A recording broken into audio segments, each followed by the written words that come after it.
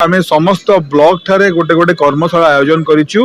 विगत 3 गोटी ब्लॉक पर आज चतुर्थ ब्लॉक टीवी ठारे आज समस्त उपस्थित रे ब्लॉक रो समस्त कर्मचारी आमर पीआरआई मेंबर्स आशा कर्मी अंगनवाड़ी कर्मी एवं छात्र छात्री समस्त उपस्थित रे साइबर क्राइम अभियान गोटे भल कर्मशाला आयोजन करा जायछि। साइबर क्राइम जेहेतु बढ़ी चली विभिन्न प्रकार नुआ नुआ तरीका रे साइबर क्रिमिनाल माने क्राइम करूचंती। एई दिगरे तदंत जति गुरुत्वपूर्ण सचेतनता आहरी गुरुत्वपूर्ण अच्छी। तो यही कर्मशाला माध्यम आमे समस्त को जो सांप्रदायिक फ्रॉड होची OTP fraud digital arrest APK file fraud social media fraud चाकरी ठकई लोन ठकई जो विभिन्न नुआ नुआ तरीका रे जो साइबर फ्रॉड होची ताकू आमे माने बुझेइथिलु।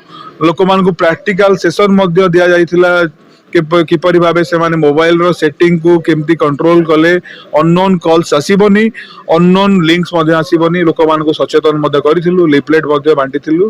तो मु आशा करूची आपण मान को समस्त को जरिया रे मध्य कहूची आमे माने सामान्य सतर्कता अवलंबन कले सचेतन रे रोभर बसवर्ती न हेले निश्चित भावे आमे साइबर क्राइम रु बर्ती पारिबा एवं सुस्थ समाज गठन रे आमे सहायक हे पारिबा।